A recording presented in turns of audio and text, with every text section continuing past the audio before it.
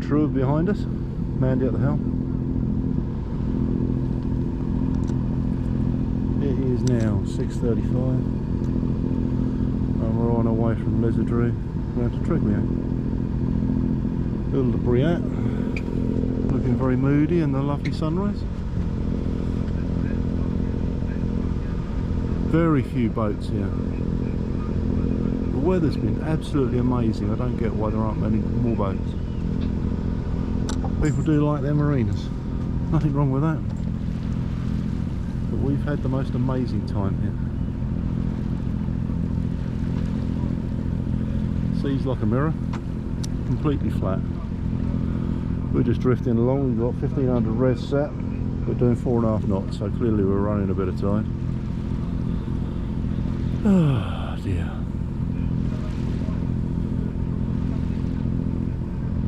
Lézardrieux has been amazing. Tréguier's got some living up to do.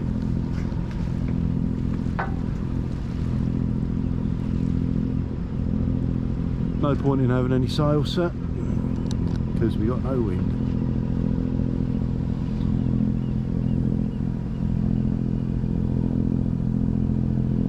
Doesn't really get any better. What do you say, Skipper? Fabulous.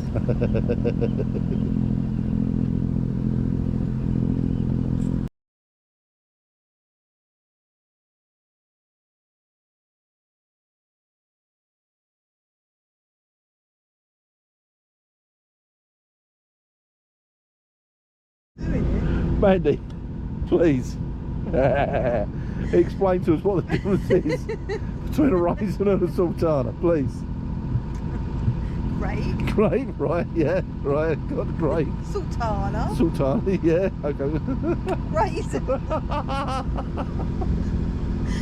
Oh dear, it's time we weren't sure.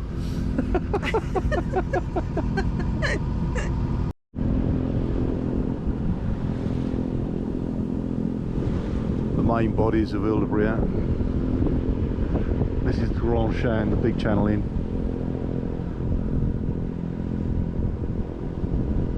Lovely spot, really lovely spot. Looks completely different now. We're at the top of the tide, just starting to fall. When we arrived it was low water, so we were able to creep right in, somewhere straight in front of us now actually. Get around behind some rocks and drop the hook and spent a very lovely evening. We've been at sea 16 hours, so it was really nice to come and stop, break out a successful passage drink. Really lovely.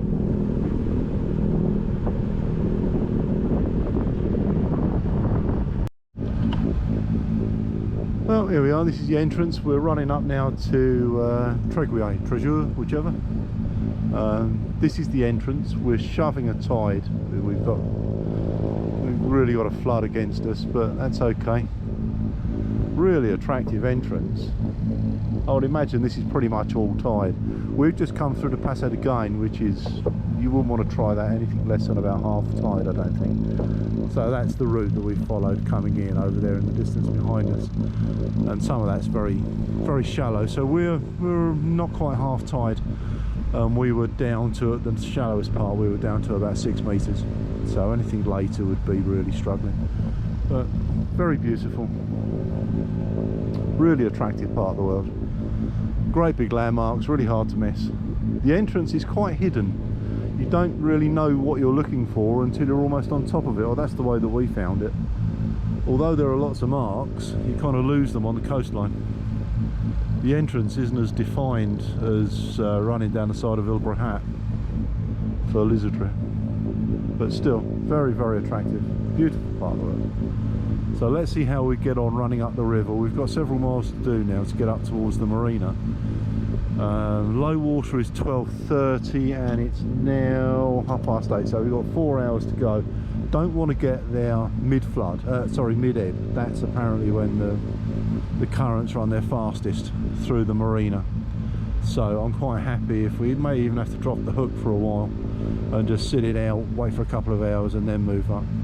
But we'll see what the afternoon brings us. Lovely. Time for a cup of coffee and a biscuit as we're mooching up here under autopilot. Oh, another thing, very potty. Lots and lots and lots of pots everywhere. in strings as well. You'll see one and then you'll see 4 or 5 all connected together, so be aware of that.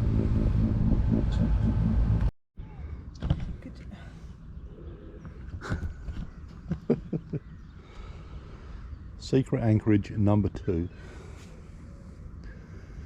There are fish jumping everywhere. Except on the hook. Except they're not jumping onto the hook. But they are everywhere. What an idyllic spot. Sounds as if we find lots of anchorages that are idyllic spots, and that's because we do. Ah, dear. We're about 2 miles from Tréguier. You can actually see the cathedral in the background, just round the corner, It's up and around the corner there. Looks absolutely spectacular. It's roasting hot.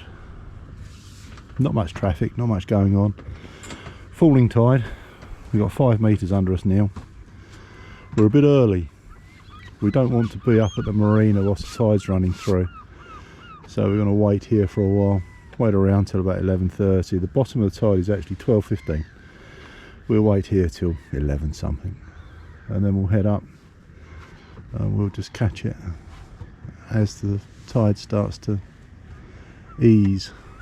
Apparently the flow through the anchorage, through the pontoons is really extreme. So let's make it work for us. I think that's a restaurant over there. How do we get there? We might have to swim ashore. What's French for takeaway? We'll have to find that out.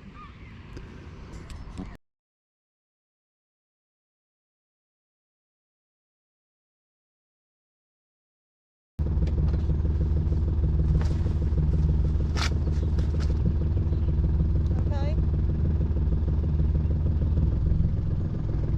It's all yours.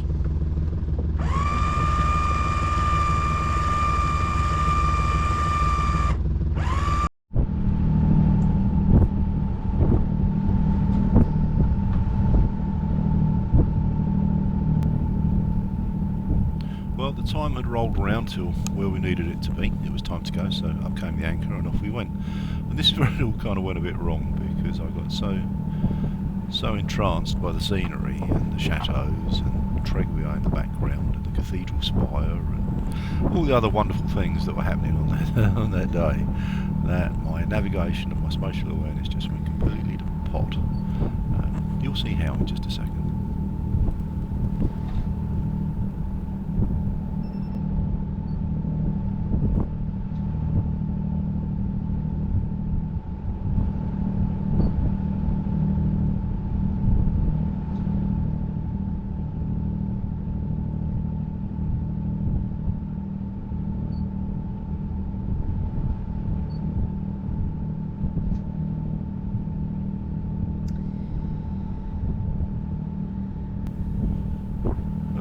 This is so embarrassing. I'd got so busy, so engrossed in watching all of the lovely things go past, taking pictures of the British chateaus, staring at the riverbanks, looking at the cathedral spire up in the town, that I'd completely lost track of my spatial awareness, completely forgot to steer the boat.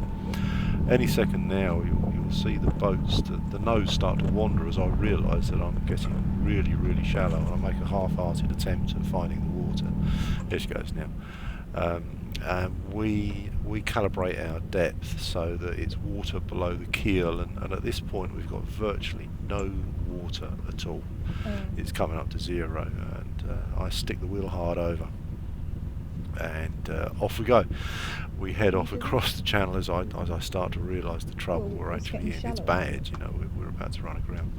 We actually touch, feel the boat pause and drag, and luckily the boat's weight really played to her strengths, and we pushed on through, no effort, and we kept on going. I kind of staggered around the place for a minute trying to find some deeper water, and by now we're starting to see, you know, the depth has started to wake up. We're getting, instead of 0, we're getting 0.2, 0.4, 0.6 of a metre. So I give the boat some throttle and push on into the middle, and I've really got the sense that we're in deeper water now, and we're not quite so confused, we're not quite as lost, so we're back on track. Oh, it was awful experience.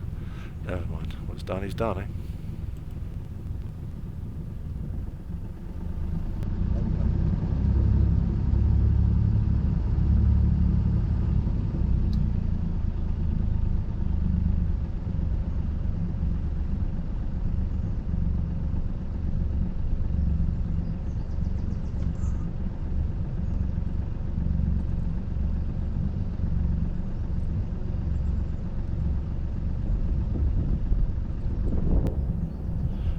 found this recorded track on the PC chart plotter whilst I was putting this video together, and it shows really nicely what we've done. Oh no, look, here I go, steering a crazy course to try and go off and find the deeper water. Oh well, what's done is done.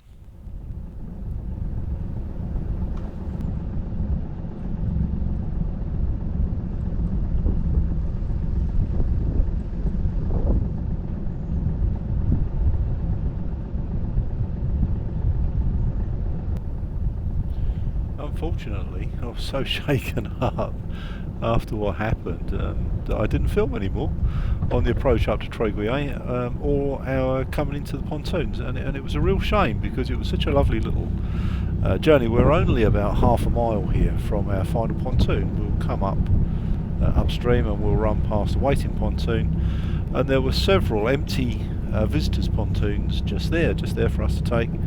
We called the marina on the radio, but we didn't get any joy.